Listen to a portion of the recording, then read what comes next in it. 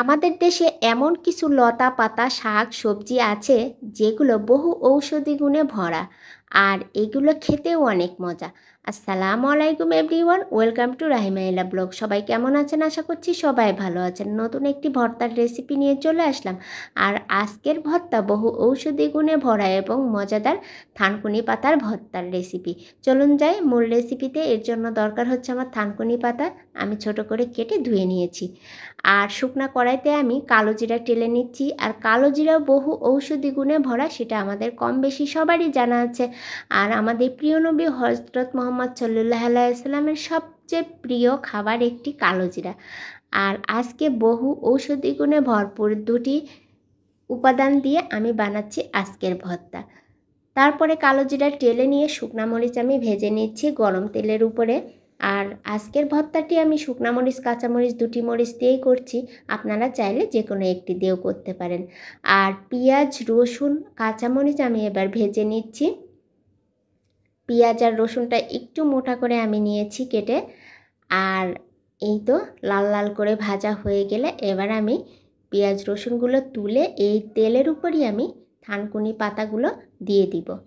আর এই ভর্তাটা যে এত মজা সেটা আর কি বলবো। যেমন ঔষধি গুণে ভরা, তেমনি কিন্তু খেতেও অসাধারণ। যারা এই ভর্তাটা খেয়েছেন তারা তো জানেন এটা কত মজা। আর যারা খাননি তাদেরকে বলছি, আপনারা কিন্তু খুব বড় একটি মিস করে গেছেন।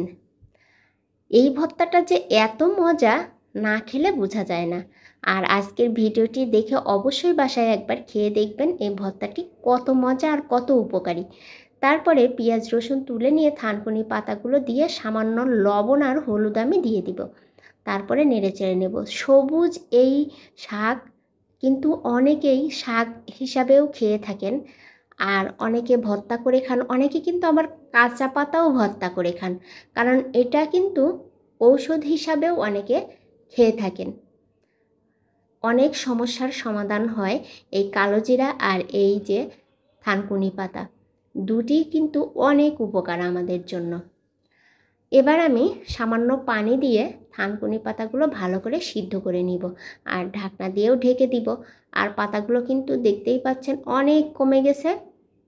এবার আমি ঢাকনা দিয়ে ঢেকে কিছুক্ষণ রান্না করে নিব। এই ভর্তাটা যে এত মজা, না খেলে আসলেই বোঝা যায় না। যেমন খেতে মজা, তেমন উপকারও আছে।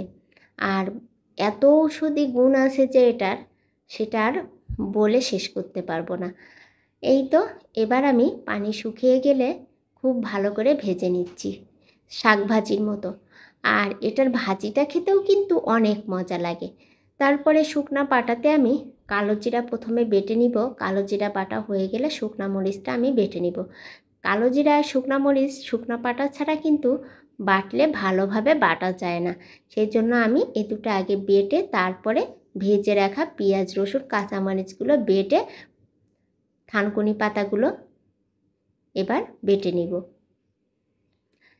এই তো এভাবে আমি ভর্তাটা বেটে নিলাম। বেটে নেওয়ার পরে এবার আমি লবণটা টেস্ট করে সরিষার তেল একটু দিয়েছি, দিয়ে হাত দিয়ে ভালো করে এটাকে মেখে নিচ্ছি। ভর্তা আমার করা হয়ে গেছে। এই তো দেখতে পাচ্ছেন, দেখতে সুন্দর, খেতেও সুন্দর, আবার গুণেও ভরা। বহু ঔষধি গুণে ভরা এই থানকুনি পাতার ভর্তা একবার যে খাবেন বারবার খেতে চাইবেন। আর অবশ্যই আপনারা বাসায় একবার ট্রাই করে দেখবেন। এভাবে ভর্তা করলে আসলেই অনেক মজা।